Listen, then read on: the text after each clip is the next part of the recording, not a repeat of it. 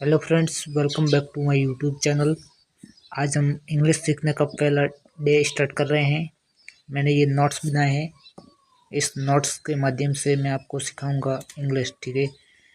तो 50 days spoken English base हम start करेंगे और आज है हमारा डे 1, बेसिक ऑफ इंग्लिश, अंग्रेजी सीखने का पहला दिन। बेसिक ऑफ इंग्लिश में जैसे कि हम जानते हैं कि हिंदी वर्णमाला के 52 वर्ण होते हैं, उसी प्रकार अंग्रेजी भाषा में भी अंग्रेजी वर्णमाला में अल्फ़ाबेट होते हैं।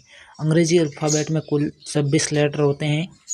अंग्रेजी अल्फ़ाबेट को इस प्रकार बांटा गया है, जैसे हिंदी में हम कहते हैं अ आ इ ई उ, ये क ख ग घ से ज्ञ तक। और ABCD में जैसे ये देखो ABCDEFGHIJKLMNOPQRSTUVWXYZ। और फिर इंग्लिश लैंग्वेज है, और इंग्लिश लैंग्वेज को हम अल्फ़ाबेट A to Z के बारे में बात करेंगे। इन अक्षरों को लेटर बोलते हैं और लेटर को दो भागों में बांटा गया है, रिटन और ओरल। फिर हम रिटन को भी दो भागों में बांटेंगे, एक तो कैपिटल लेटर और स्मॉल लेटर।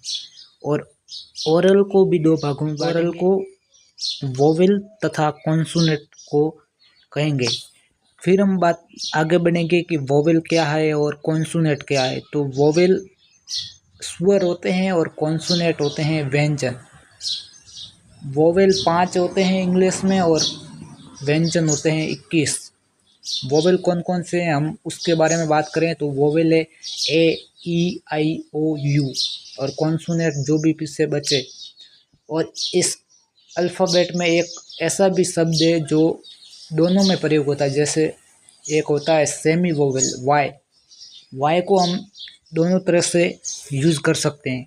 और वो दोनों तरफ कौन कौन से हैं, जैसे हम उदाहरण के लिए बात करें तो वाई येलो में वाई का साउंड य आ रहा है, और CRY में क्राई ई की ध्वनि आती है। तो हम वाई को दोनों में प्रयोग करते हैं, जैसे स्वर और व्यंजन दोनों। अब आपको समझ में आ चुका होगा कि अल्फ़ाबेट क्या है और उनको कितने भागों में बांटा गया है, ठीक है। तो हम आगे बढ़ते हैं। ये हमारे सामने आ गए हैं कि लेटर को हिंदी में कैसे बोला जाता है। ए को अ ए आ, बी को ब बी, सी को क स सी, डी को ड डी। आप इसका स्क्रीनशॉट लेके फिर आप पढ़ लेना, ठीक है। अब हम आगे बढ़ते हैं। आगे बढ़ेंगे तो ये रहा हमारे सामने लैंग्वेज की सबसे छोटी इकाई लेटर होती है, जैसे ABCD। लेटर का एक ऐसा ग्रुप समूह जिसका अपना अर्थ निकलता है उसे शब्द कहते हैं।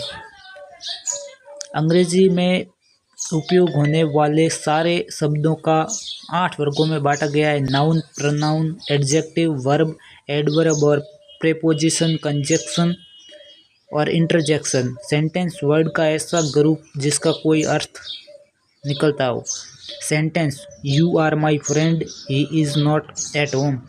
अंग्रेजी को अच्छे से बोलने या समझने के लिए हम स्ट्रक्चर का यूज़ करते हैं। इंग्लिश लैंग्वेज में बहुत सारे स्ट्रक्चर होते हैं, आगे हम इन्हें समझ लेते हैं।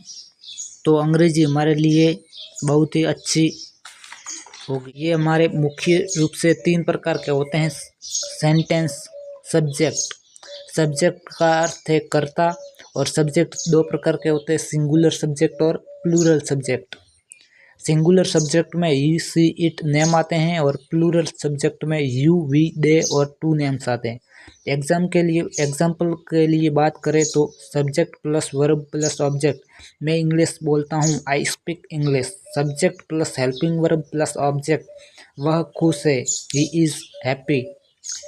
वर्ब प्लस ऑब्जेक्ट, अंग्रेजी बोलो, speak English. Subject plus can plus object, आप बढ़ा सकते हैं, यू कैन टीच। ये हमारे सामने एक शब्द है हैव का मतलब होता है लीजिए। हैव प्लस ऑब्जेक्ट, पानी लीजिए, हैव वाटर, थोड़ा ब्रेक लीजिए, हैव सम ब्रेक। कुछ फल लीजिए, हैव सम फ्रूट। कुछ मिठाइयाँ लीजिए, हैव सम स्वीट। फिर हम बात करेंगे गिव मी। गिव मी का अर्थ होता है मुझे दीजिए, मुझे पानी दीजिए, गिव मी वाटर। ठीक है, तो हम यहाँ तक आ गए हैं। और अगर आपको ये वीडियो अच्छा लगा हो तो वीडियो को लाइक करके चैनल को सब्सक्राइब ज़रूर करें। मिलते हैं डे 2 में, तब तक के लिए आगे दीजिए। जय हिंद, जय भारत।